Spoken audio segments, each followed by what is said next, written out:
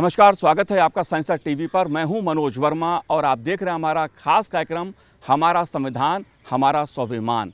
आज संविधान दिवस है और संविधान के जो पहलू हैं उन पे आज इस कार्यक्रम में हम चर्चा करेंगे, क्योंकि 26 नवंबर 1949 को जो संविधान का प्रारूप था उसे स्वीकार किया गया था और यही संविधान 26 जनवरी 1950 को लागू हुआ। हमारे संविधान ने हमें अधिकार भी दिए हैं और कर्तव्यों का बोध भी कराया है। तमाम पहलू हैं, बराबरी, न्याय, लोकतंत्र, इन तमाम विषयों पर हम चर्चा करेंगे खास मेहमानों के साथ। अपने राज्यसभा सांसद डॉक्टर के लक्ष्मण जी इस समय हमारे साथ हैं। के लक्ष्मण जी, आपका स्वागत है संसद टीवी पर। सर्वोच्च न्यायालय की पूर्व न्यायाधीश ज्ञान सुधा मिश्रा जी हमारे साथ हैं। ज्ञान सुधा जी, आपका भी स्वागत है संसद टीवी पर। और जामिया मिलिया की फैकल्टी ऑफ लॉ की पूर्व डीन, पूर्व head of department Manjula Batra ji हमारे साथ हैं। मंजुला जी, आपका भी स्वागत है संसद टीवी पर। लेकिन बात हम हमारा संविधान हमारा स्वाभिमान की करेंगे, क्योंकि मौका संविधान दिवस का है। लक्ष्मण जी, जब हम बात हमारा संविधान हमारा स्वाभिमान की करते हैं और जब उस यात्रा को देखते हैं जो संविधान की यात्रा है इस देश के साथ, आप कैसे देखते हैं इस यात्रा को? हमारा संविधान हमारा स्वाभिमान, ये सिर्फ एक पुस्तक नहीं है। हमारा संविधान एक जीवन प्रमाण पत्र है। India suppose to be the largest democratic country in the world, इसलिए हम उसको मदर ऑफ डेमोक्रेसी कहते हैं। बंदूक से भी ताकत आज हम बैलेट के माध्यम से हम देखते हैं। तो ballot is more powerful than bullet. संविधान जैसे अब बताए 1949 में जी जो संवैधानिक सभा जो स्वीकृति किया, बाद में एक साल के बाद 1950 में ये संविधान को जो अडॉप्ट किया, बाद में इनको लागू किया, जब से एक गणतंत्र ये देश बन गया। तब से लेकर एक राजशाही से लेकर जनशाही एक स्वतंत्र देश जब बन गया, इस यात्रा के अगर हम देखा जाए तो सबसे पहले चुनाव हमको 1951 या 52 में जो चुनाव हुआ, लगभग 17 करोड़ ये मतदाता उसमें भाग लिए थे। तब तो मेरे ख्याल से 14% ये हमारे लिटरेसी रेट था जी। फिर भी हमारा एक स्वतंत्र और गणतंत्र देश बनने से लोगों का मत से सरकारें बने। ये यात्रा में लगभग 17 लोकसभा चुनाव हुए लोगों के मत से, मगर कभी तख्ता पलटन नहीं हुआ जी। ये खूबी है हमारा संविधान का, ये ताकत है संविधान का। मगर हम काला अध्याय को भी देख चुके हैं। 1975 से लेकर 77 तक 2 साल एक काला अध्याय, जब इंदिरा गांधी प्रधानमंत्री थी, जब इलाहाबाद हाई कोर्ट ने उनका इलेक्शन का जो केस को जो खारिज किया, चुनौती जो इलेक्शन था उसको डिस्क्वालीफाई किया, तब वो संशोधन किया संविधान को अपना खुद जो सरकार चलाने का। मगर ये संविधान का ताकत ऐसा है, फिर दोबारा लोगों ने 1977 में जनादेश जी प्रतिकूल था, जो संशोधन को बदलकर अपना व्यक्तिगत रूप से ये सत्ता हासिल करने के लिए इमरजेंसी जो लागू किया, लोगों ने बदलाव किया और बाद में सरकार बनी। तभी आपातकाल के खिलाफ जो भी फिर संशोधन हुआ जी, इतना मजबूत संशोधन हुआ, फिर आगे कभी कोई ऐसा इमरजेंसी लागू नहीं करने के लिए लगभग मैं 44th एक्ट अमेंडमेंट समझता हूँ जी। इस तरह ये बड़ी यात्रा जो है, हमको आज़ादी 1947 में मिलने के बाद आज 75 साल पूरा हो गया। आज हम गौरवान्वित हैं क्योंकि ऐसा संविधान इतना ताकतवर संविधान कई देश में, क्योंकि आज 140 करोड़ आबादी है और सभी का जो इक्वल राइट्स दिया गया, जी, सभी को मान्यता दिया गया। बड़ी बिल्कुल लक्ष्मण जी, जो संविधान की हमारी यात्रा है, अगर हम बात करें 26 जनवरी 1950 से जब हमारा गणतंत्र लागू हुआ और संविधान ने सुधा मिश्रा जी, मैं आपसे जानना चाहूँगा, हमारे संविधान ने बात चाहे लोकतंत्र की हो, न्याय की हो या समानता की हो, वो अधिकार इस देश को मिले, बराबरी का अधिकार मिला, बोलने का अधिकार मिला। आप कैसे देखती हैं संविधान की जो यात्रा है इस पहलू को? सर्वप्रथम तो मैं संविधान निर्माताओं को और संविधान को जिन्होंने लागू किया उनको मैं साष्टांग अपना सादर नमन करती हूँ, जिन्होंने भारतवर्ष के नीचे से लेकर ऊपर तक के नागरिकों को समानता का अधिकार दिया और उसमें फंडामेंटल राइट्स का चैप्टर ऐड किया। एक directive principles of state policy, वो भी अब कोशिश हो रही है कि उसको भी जस्टिसेबल बनाया जाए। तो मेरा मानना है कि आज जो हम इस गर्व से, गौरव से और स्वाभिमान और सम्मान के साथ अपना जीवन व्यापन कर रहे हैं और हमें ये अधिकार है कि हम किसी भी तरह का जो मौलिक अधिकार है, जिसको ह्यूमन राइट्स भी आप कह सकते हैं, उसकी भी परिकल्पना इतने पहले हुई। और सबको जो मैं सबसे ज़्यादा जो मुझे लगता है कि जो फंडामेंटल राइट्स का चैप्टर है, वो एक बहुत क्रांतिकारी इंक्लूजन हुआ कॉन्स्टिट्यूशन में, और उसने एक नीचे से लेकर ऊपर के तबके तक को बिल्कुल एक धरा में रखा है जी। इसके बाद इसको लागू करने के लिए जो हमारा संसद है, हमारे जो एग्जीक्यूटिव अथॉरिटी है, और उनको एग्जीक्यूट और उनको लागू करने के लिए अगर उसमें लागू करने में कोई उसमें विसंगति है तो उसमें जो न्यायालय कोर्ट्स की जो स्थापना हुई वह एक जैसे सोने पे सुहागा का काम हुआ, क्योंकि ये ह्यूमन नेचर है कि हम लोग कुछ न कुछ गलती करते हैं, लेकिन यह आत्मविश्वास कि अगर कुछ गलत होगा, अगर कुछ अन्याय होगा तो कोर्ट है वहाँ पर, ये एक समाज में एक आत्मविश्वास जो हमारे संविधान में दिया है वह एक बहुत ही ज़्यादा हम लोगों के लिए गौरव की बात है। और ये बिल्कुल सही है कि संविधान दिवस को लेकर के हम लोग उत्सव मनाते हैं, उस पर चर्चा कर रहे हैं, क्योंकि इसको लोगों को जो आने वाली जो जनरेशन्स है वो भी इसको समझे कि कैसे हम लोगों ने एक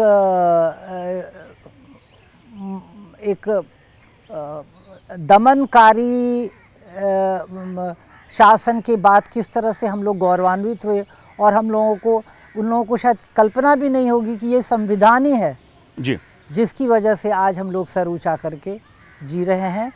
और जिन लोगों ने जिन तंत्र ने, जो हमारे एग्जीक्यूटिव, जुडिशरी, लेजिस्लेचर, इन्होंने जो इसमें योगदान किया है इसको एग्जीक्यूट करने के लिए, उन सबको मैं बहुत बहुत हृदय से आदर के साथ उन सबों को मैं प्रणाम करती हूँ। मंजुला जी, मैं आपसे भी समझना चाहूँगा, क्योंकि जिन परिस्थितियों में, जिन सिचुएशंस में हमारा देश आज़ाद हुआ, जाहिर तौर पे लंबे समय ब्रिटिश हुकूमत का राज था, गुलाम था भारत, लेकिन 15 अगस्त 1947 को भारत आज़ाद हुआ। देश के नागरिकों को मौलिक अधिकार मिले, उनके कर्तव्य मिले, हर अधिकार उनको मिले, बराबरी का अधिकार मिले, ये संविधान ने दिया। संविधान की तमाम खूबियां हैं, दुनिया भर में चर्चा होती है भारत के संविधान की।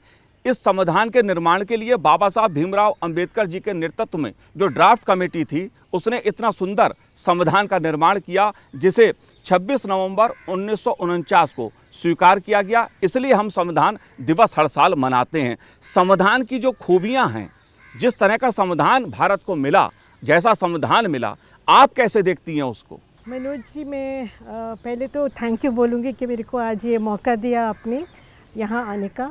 And I like to congratulate everybody हमारा संविधान दिवस मनाने के लिए। और ये हर साल हमको मनाना चाहिए, ये बहुत ज़रूरी है और हम मनाते भी हैं।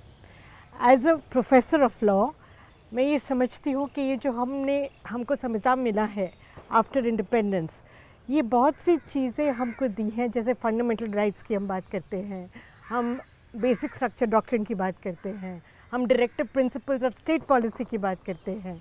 इसमें बहुत जान है, इसलिए हम इसको लिविंग डॉक्यूमेंट बोलते हैं। मतलब ज़िंदा एक डॉक्यूमेंट, ये सिर्फ एक लीगल डॉक्यूमेंट नहीं है, ये एक सोशल डॉक्यूमेंट है हमारे लिए। और हमने आफ्टर इंडिपेंडेंस जब हमको गवर्नमेंट ने ये दिया है, इससे बड़ा पुरस्कार कोई नहीं दे सकता था। और हमारा ये जो ब्रॉड प्रिंसिपल्स है हमारी कॉन्स्टिट्यूशन में, जैसे हम बात करते हैं फंडामेंटल ड्यूटीज़ की हो या हम फंडामेंटल राइट्स की बात करते हैं, इसमें हर एक इंसान समा जाता है और हर एक पर्सन को इक्वालिटी मिलती है। जो हमारा बेसिक फाउंडेशन है कॉन्स्टिट्यूशन का, वो है इक्वालिटी। सो हर एक पर्सन, और ये विमेन जो है जो कॉन्स्टिट्यूशन असेंबली में थी, जैसे 15 लोग थी, 15 विमेन थी। नंबर तो कम है, इफ़ यू कंपेयर के कितने लोग थे तब, मेरे ख्याल 300 से ऊपर होंगे members of the constituent assembly.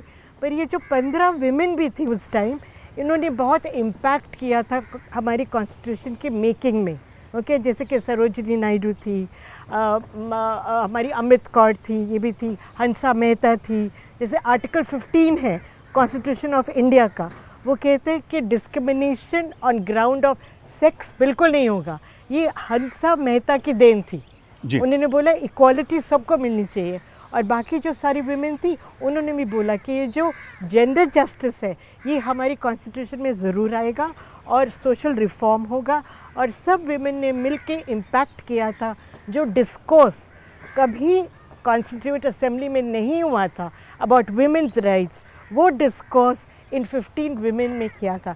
And I would really like to appreciate कि हमारे उस टाइम ही एक कॉन्स्टिट्यूशन में एक स्ट्रॉन्ग बॉन्ड बना था कि यस, विमेन के इक्वल राइट्स भी दिए जाएंगे। जो हम आज देख रहे हैं, धीरे धीरे हमको बहुत, वहाँ से हम आज यहाँ आ गए हैं।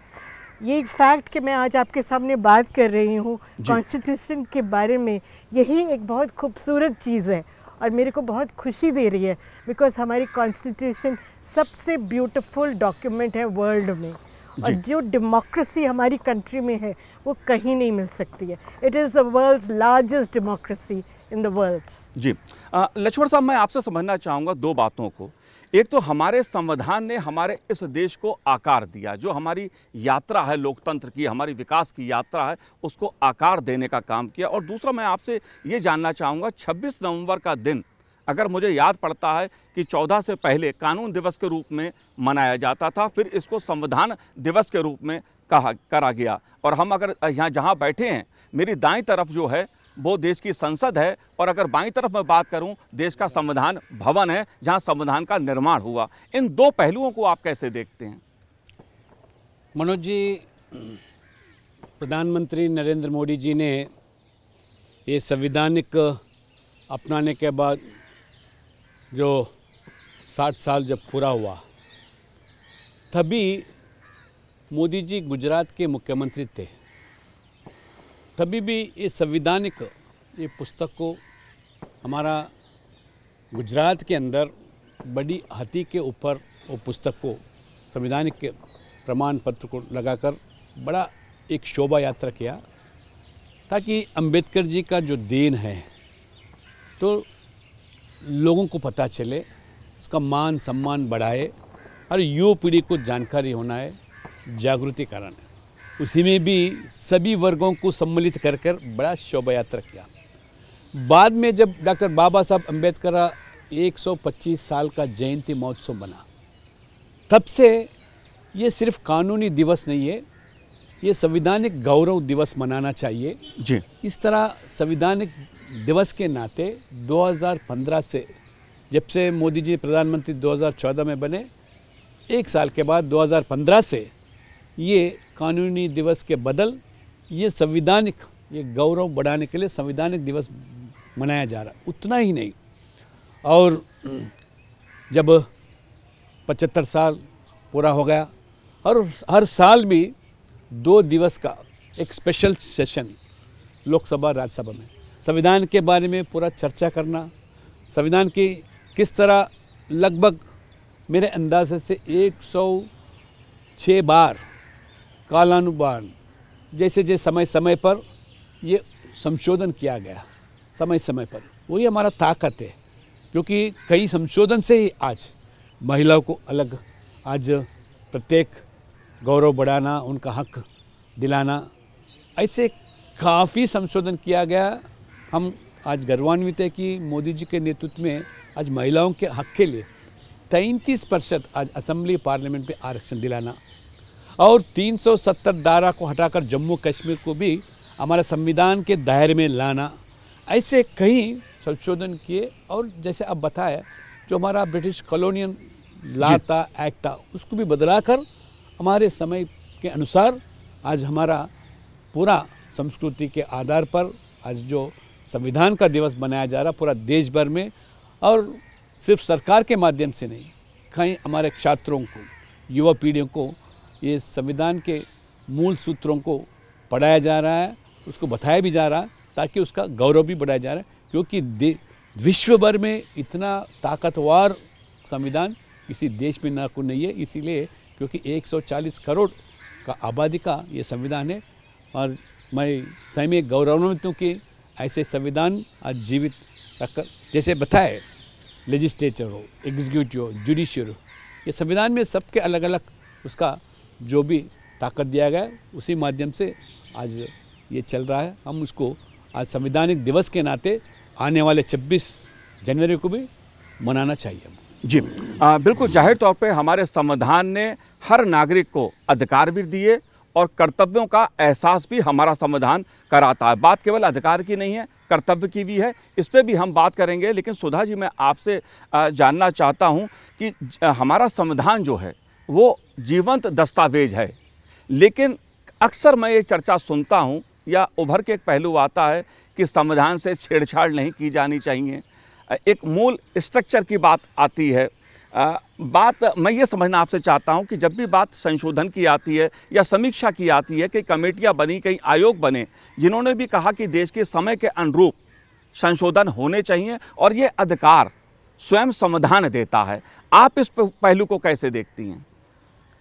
देखिए, मेरी जो व्यक्तिगत राय है इस विषय में मैं तो मानती हूँ कि जो चेंज है, जिसको कहते हैं चेंज इज़ इनएविटेबल, परिवर्तन तो संसार का नियम है, और जैसे जैसे परिस्थितियाँ बदलती हैं उसके हिसाब से उसमें बदलाव होना बहुत आवश्यक है।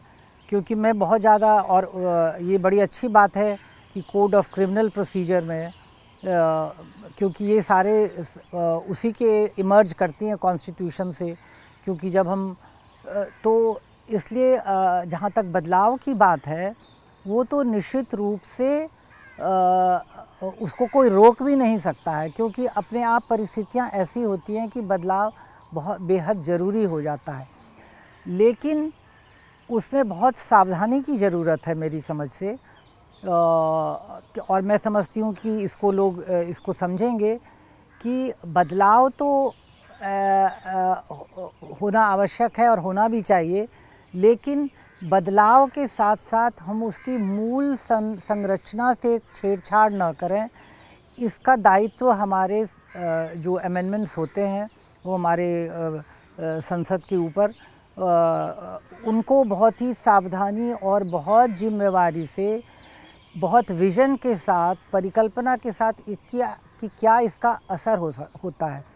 यहाँ पर मैं एक बात जो मेरे मन में हमेशा घुमड़ती रहती है, मैं इस मंच के माध्यम से बोलना चाहती हूँ कि जज और न्यायाधीश, सिर्फ न्यायाधीश ही जज नहीं होता है, हर व्यक्ति के अंदर एक न्यायविद है और जज है। तो जब आप किसी भी चीज़ को जब परखते हैं, चाहे उसमें बदलाव हो या समझते हैं ये सही है कि गलत है, तो अंतरात्मा में झांक के देखना चाहिए कि मैं ये स्वयं के फायदे के लिए कर रहा हूँ या कर रही हूँ, या सिर्फ सम्यक पूरे समाज को दिशा दिखाने के लिए कर रहा हूँ। जहाँ पर नियत में खोट हो जाएगी वहाँ से गड़बड़ शुरू होती है मेरी समझ से जी। और अगर वो बिल्कुल फुल प्रूफ माने कि ये जो मैं कर रहा हूँ विशुद्ध परिवर्तन ला रहा हूँ सिर्फ अच्छाई के लिए, तो मेरी समझ से उसको एक्सेप्ट करने में, उसको लोगों को लेने में कोई दिक्कत नहीं है। और अगर किसी बात में, जो एक गज़ल की लाइन है ना, ये बात निकलेगी तो दूर तलक जाएगी, तो अगर बात में दम है और चेंजेस में दम है, अमेंडमेंट में दम है, तो अब भले कोई किसी भी समय में किसी एक समय के विपक्ष की बात हो, तो विपक्षी राय अगर सिर्फ उसको क्रिटिसाइज़ करने के लिए सिर्फ करे तो वो मतलब उसमें भी वो टिकेगा नहीं। इसलिए अगर कोई अच्छी बात है तो वो अपने आप उसकी एक्सेप्टेबिलिटी लोगों में होगी।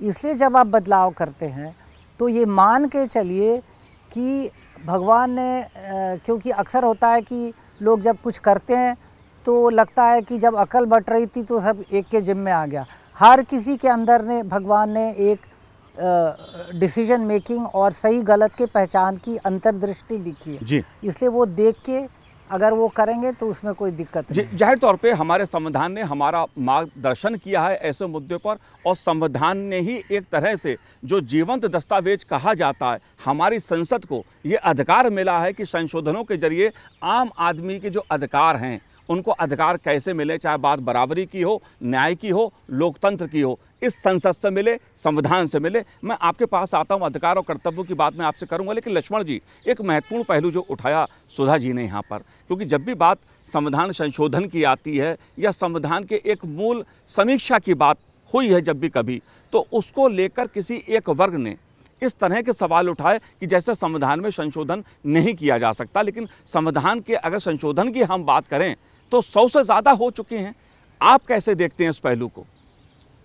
जैसे बताया इसके पहले 106 बार ऐसे संशोधन किया गया, संविधान के अंदर, ये समाज के हित के लिए, राष्ट्र के हित के लिए, तो लोगों को ये मानना पड़ेगा और मानते भी हैं, लोगों का मान्यता भी मिलते हैं। जब भी हम इसको राजनीतिक पहलू से हम देखेंगे, राजनीतिक पहलू से अगर टिप्पणी करेंगे तो सही माने में वो टिकता भी नहीं। लोग जब मानने लगे, इतने भी अब संशोधन आज किए गए, सभी वर्गों के हित के लिए किए। आज इतना ताकत हमको संविधान ने दिया, जो मूल ढांचे न बदलते हुए आज हम 33% आरक्षण के लिए हम संविधान का संशोधन किया। पूरा आज महिला आज जागरूक हो गए, आज महिलाओं के लिए हक आज दिया जा रहा है। उसी तरह जब हमारा संविधान, जब जम्मू कश्मीर में लागू नहीं होता था, अलग दर्जा जो जम्मू कश्मीर के लिए दिया गया, हम अलग भाषा होगा, अलग वेश होगा, फिर भी हमारा हित एक होना चाहिए, ये राष्ट्र का हित होना चाहिए। इसलिए नेशन फर्स्ट हम जो कहते हैं, देश के हित के लिए ही हम जो भी करते, व्यक्तिगत रूप से नहीं, उसके लिए सबको मान्यता मिलती है, मानते भी।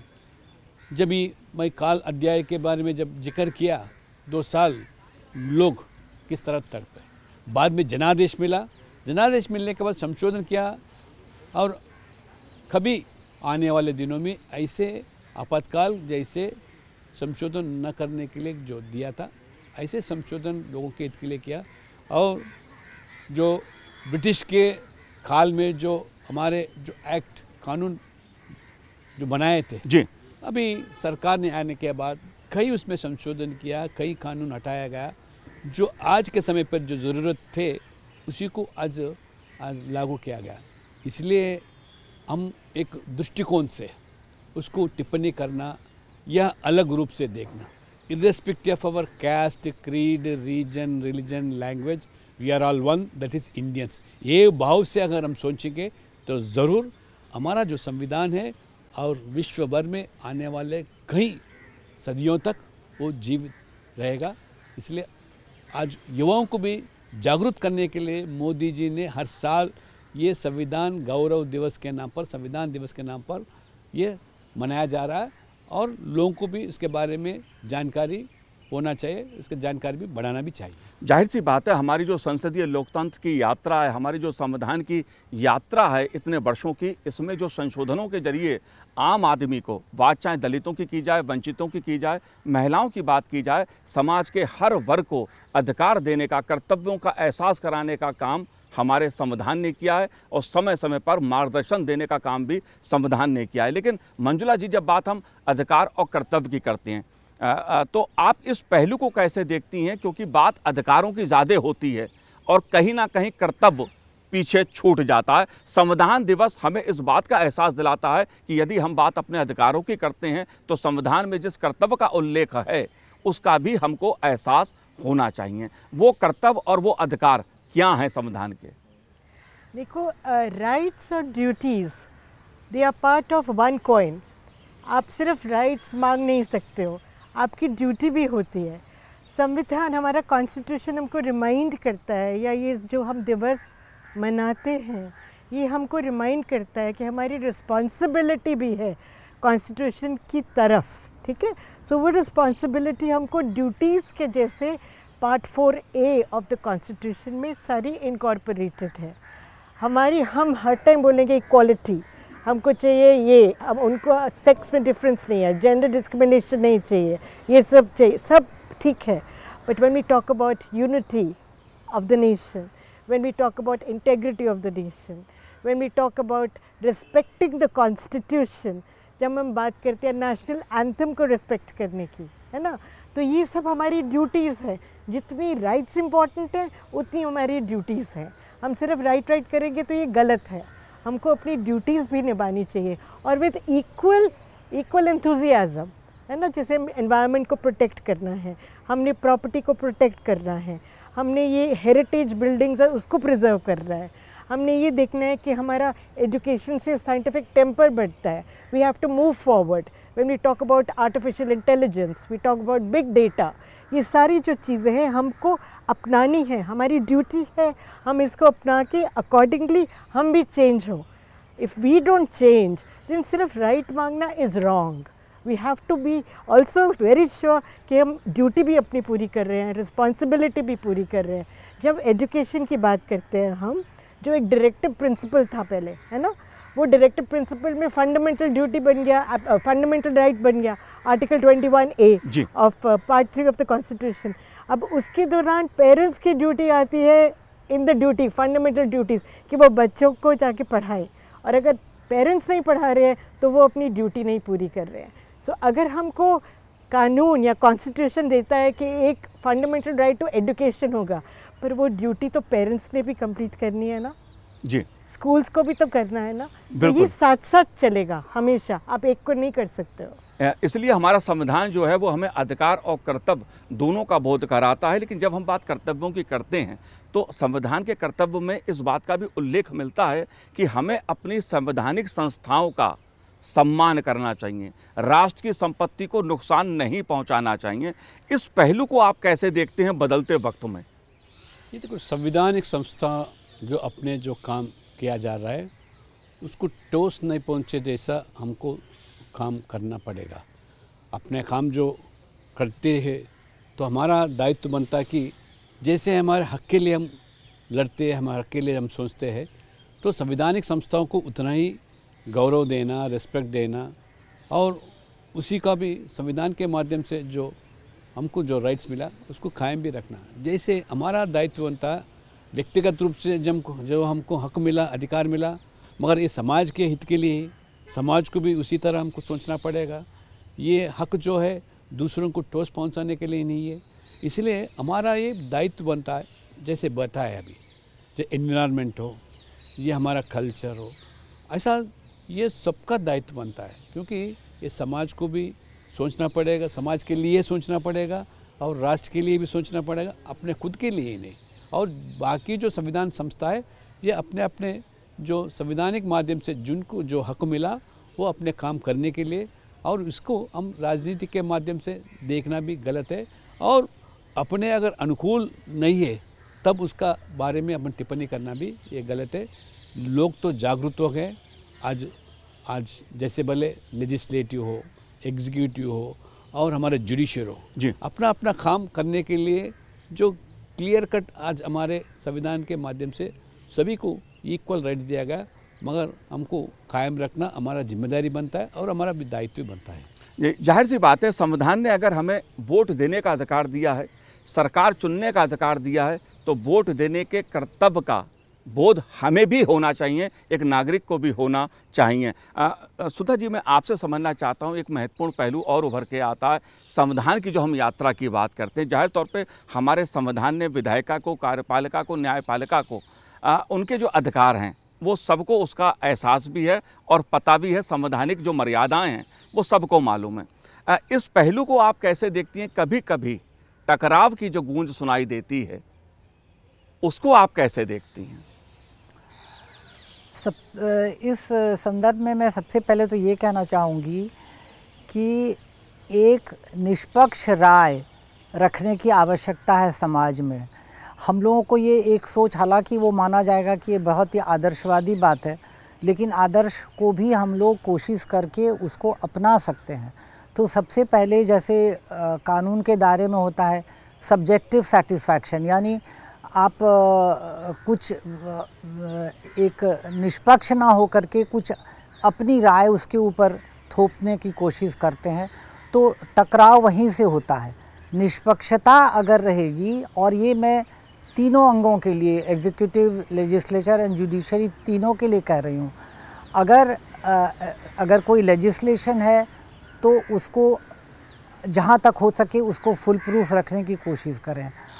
और न्यायालयों में भी जब बात जाती है तो क्योंकि उनका काम ही है उनको जज करना, उनको देखना कि इसमें कोई कमी तो है नहीं, कोई कमी तो नहीं है, तो फिर उसको देखने के लिए अपने अपने विवेक के हिसाब से वो न्यायालय भी उसको देखती है।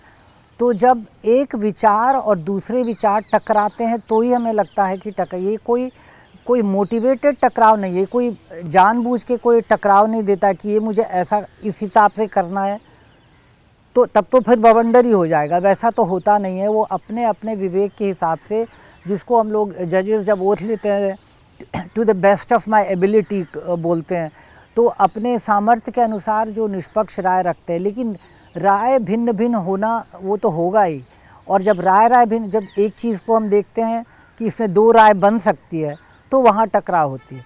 तो जो न्याय को सपोर्ट करता है, अगर हम उस तरह के निर्णय लें, चाहे लेजिस्लेशन को लाने में या जजमेंट देने में, तो काफ़ी मतलब टकराव की स्थिति घट सकती है। लक्ष्मण जी, आप राज्यसभा के सांसद हैं और मैं इस पहलू को आपसे भी समझना चाहूँगा, क्योंकि विधायिका और न्यायपालिका के बीच अधिकारों को लेकर मैं कहूँ या कानून के उस स्वरूप को लेकर कहूँ, मैं कई बार किंतु परंतु या सवाल उठते हैं कि मसलन न्यायिक आयोग संबंधी बिल राज्यसभा से, सदन से पारित हुआ, लेकिन कहीं जाके रुक गया। आप इसको कैसे देखते हैं? क्योंकि संविधान में संशोधन करना, कानून बनाना, बिल पारित करना, ये सदन का अधिकार है, संसद का अधिकार है। इस पहलू को आप कैसे देखते हैं? नहीं, जैसे बताए, जो भी संस्था हो, जैसे जुडिशरी हो या हमारे लेजिस्लेचर हो, जो अपने अपने विचार, अपना सोच, जो समाज के हित के लिए या राष्ट्र के हित के लिए जो भी अगर कानूनी बनाया गया, अगर कानूनी में कुछ कमती है तो वो न्यायपालिका को सुधारने का अवसर है, और इसमें टकराव की कोई ज़रूरत नहीं है जी। ऐसा मैं तो नहीं समझता हूँ कि उद्देश्यपूर्वक कहीं ऐसा टकराव होने का संभव नहीं होता है। मगर जब ये चुने हुए प्रतिनिधि का भी ये दायित्व यह है कि पूरा समाज को साथ में लेते हुए उनके अनुकूल जो हम कानून बनाना चाहते हैं, तो सर्वसम्मति से होता है, मेजॉरिटी ओपिनियन से होता है।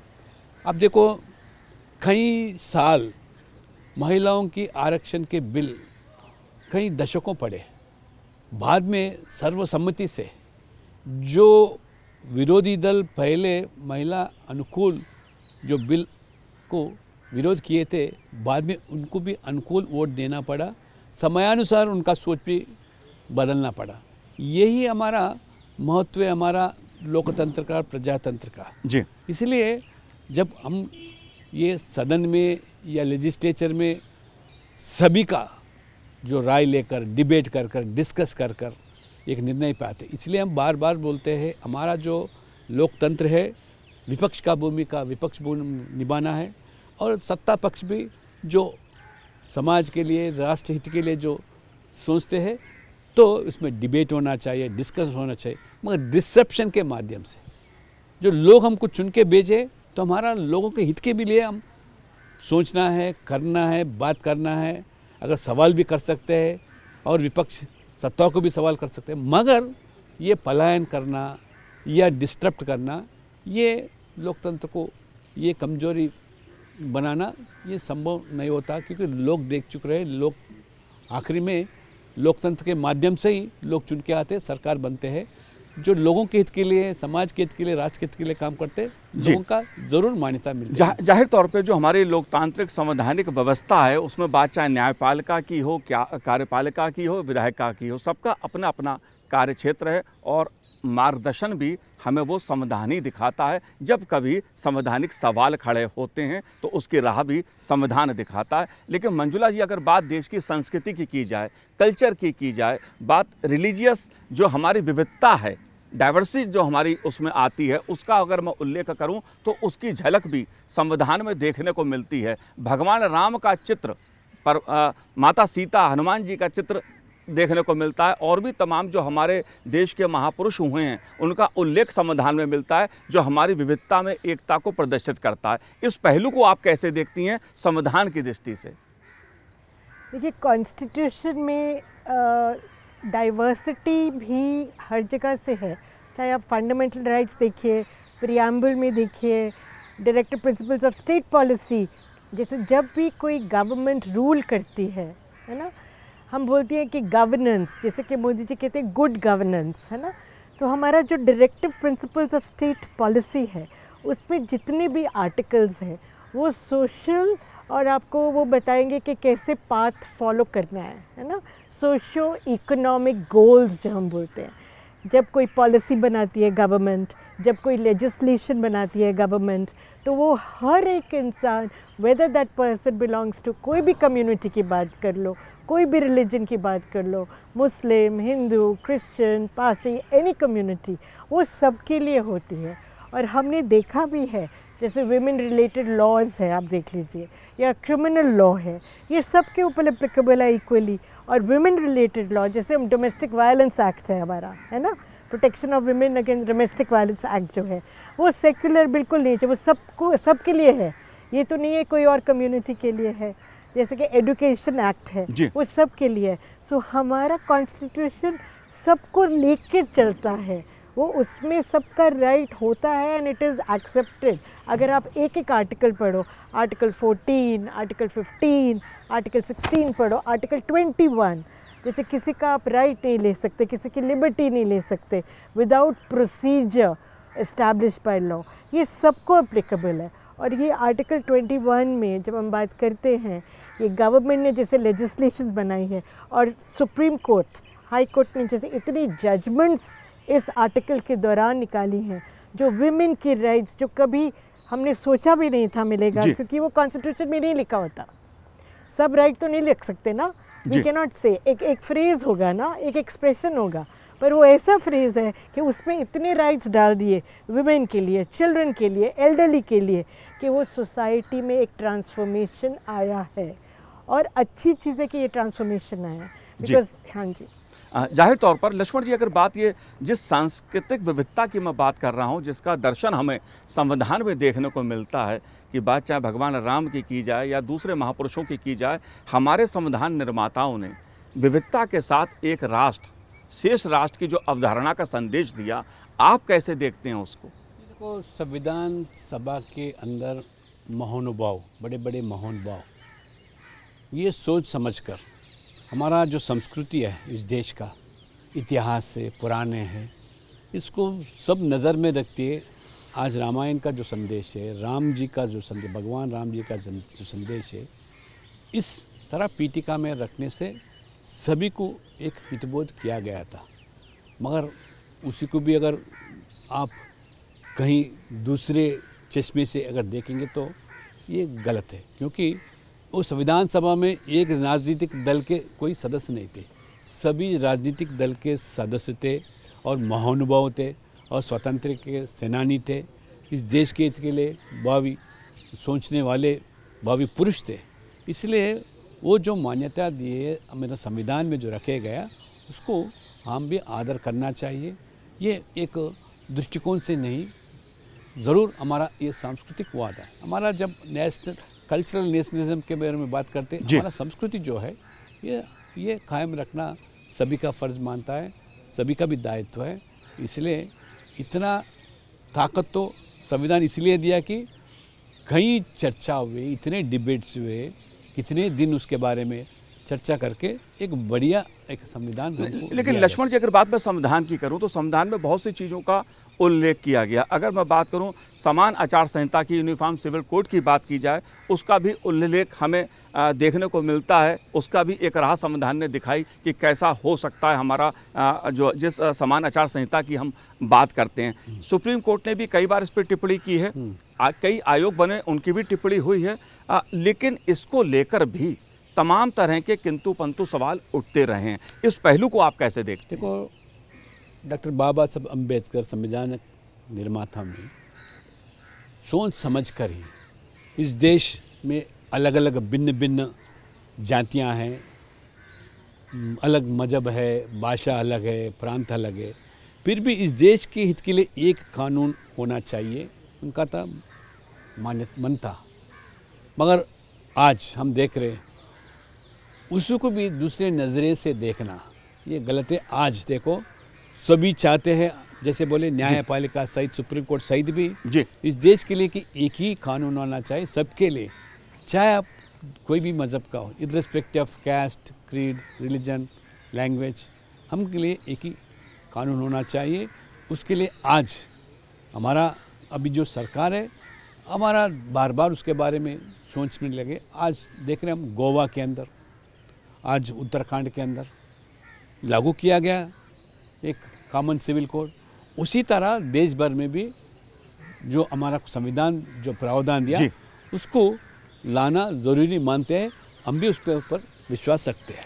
सुधा जी, एक बहुत महत्वपूर्ण सवाल है अभिव्यक्ति की आज़ादी का। इस पहलू को आप कैसे देखती हैं कि क्या हमें बोलने की जो आज़ादी मिली है संविधान से, सवाल पूछने की जो आज़ादी मिली है हमें, इसमें कुछ मर्यादा भी है, कुछ सीमा भी है, या जो चाहे वो बोल सकते हैं, जो चाहे जो कर सकते हैं?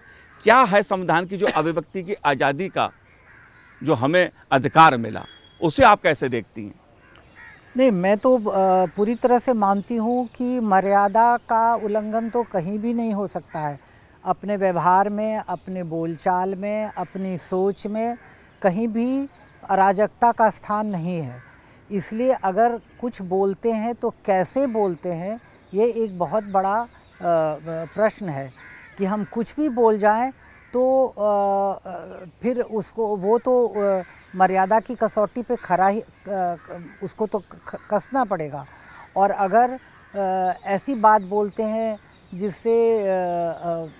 जिससे विसंगति फैले, जो है जिससे अशांति फैले, जिससे किसी को निरादर अगर प्रकट करते हैं, तो बोलने का अधिकार तो है, लेकिन उसके अंदर चेक्स एंड बैलेंस को तो कोई नकार नहीं सकता है मेरी समझ से। जैसे भाषा कैसे बोल रहे हैं, तो ऐसा थोड़ी है कि आप एकदम से और सरकास्टिकली इतना बोलें कि वो बिल्कुल ही आप मर्यादा को लांघ जाए। तो ये तो मेरा मानना है कि बिल्कुल उसमें जो वो स्केल ऑफ जस्टिस है वो बातचीत में, अपने व्यवहार में बिल्कुल लागू होता है। और अगर कोई उसका उल्लंघन करता है तो उसकी जाहिर सी बात है, जब हम बात संविधान दिवस की कर रहे हैं और इस मौके पर जो हमारा संविधान है वो हमें अधिकार और कर्तव्य दोनों का संदेश देता है। विभिन्न पहलुओं पर हमने खास मेहमानों के साथ चर्चा की। आप तीनों का बहुत बहुत शुक्रिया, बहुत बहुत धन्यवाद संसद टीवी से बात करने के लिए। तो इस कार्यक्रम में इतना ही, मुझे दीजिए आज्ञा, नमस्कार।